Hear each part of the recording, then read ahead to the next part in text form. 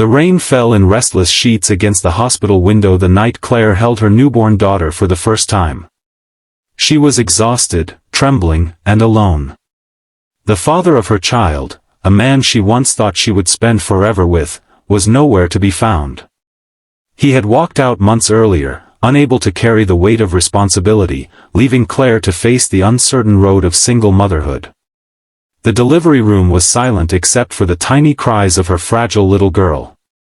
Tears streamed down Claire's cheeks as she whispered promises to the child she cradled.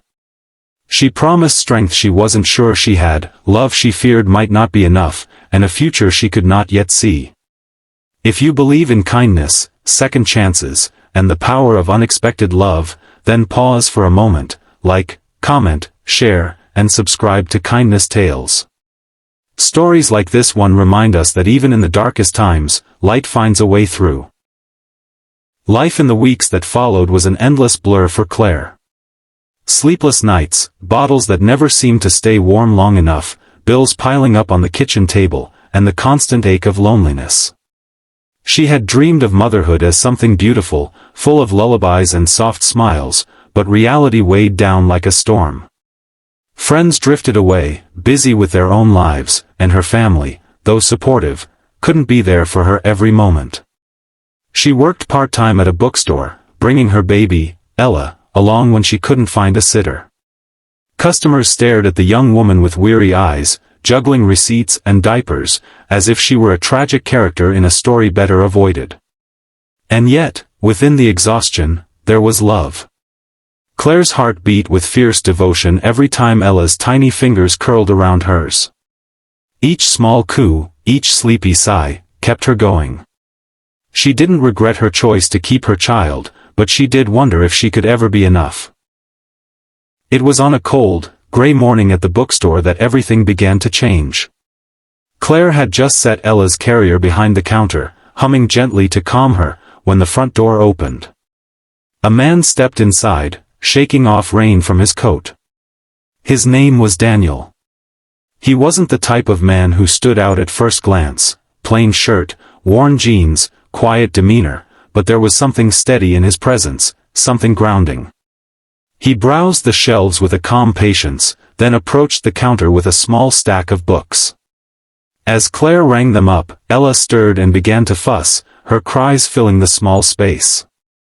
Claire flushed, apologizing quickly, fumbling with the receipt. But instead of irritation, Daniel's face softened.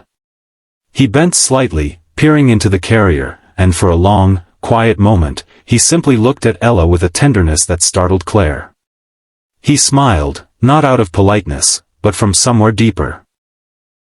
Then, as naturally as if it were instinct, he whispered, "She's beautiful." That single moment lingered in Claire's mind long after he left.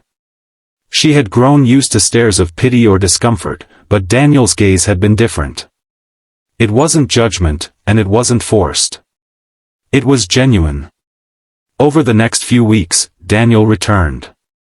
Sometimes for a book, sometimes just to browse, and always with a kind word. He noticed the way Claire balanced everything, often offering to hold a bag or fetch something from a high shelf. One afternoon, when Ella began crying uncontrollably, Daniel gently offered to help. Hesitant, Claire handed him the baby for just a moment. To her surprise, Ella quieted almost instantly in his arms, gazing up at him with innocent curiosity. Claire watched, her throat tightening, as this man she barely knew rocked her daughter with a patience that seemed endless. It terrified her. She had been abandoned once already. She couldn't risk letting someone else into her fragile little world, only to be left shattered again. And yet, something about Daniel felt different. He didn't push, didn't pry, didn't demand explanations. He simply showed up, with books for Ella, with small jokes to make Claire smile, with a presence that slowly became a comfort she hadn't realized she needed. As winter melted into spring, their lives began to intertwine. Daniel would walk Claire home from work, carrying bags while Ella babbled in her stroller. He listened when Claire spoke of her fears, her dreams, her regrets, and he never once made her feel small for them. On evenings when the weight of loneliness threatened to break her, Daniel would sit beside her, reading stories aloud while Ella drifted to sleep. It was as though, without ever saying the words, he had chosen to step into the spaces where love was needed most. Still, Claire wrestled with doubt. Could she trust him? Could she trust anyone again? Love had once left her wounded, broken, and afraid. And yet, every time she saw the way Daniel's face lit up when Ella reached for him, every time he patiently changed a diaper or made silly faces just to make her laugh, she felt her heart unravel a little more. He didn't just care for her, he loved her child. And that, more than anything, showed Claire the depth of who he was. The turning point came one evening when Ella was ill. Feverish and restless, she cried relentlessly, her tiny body hot against Claire's chest.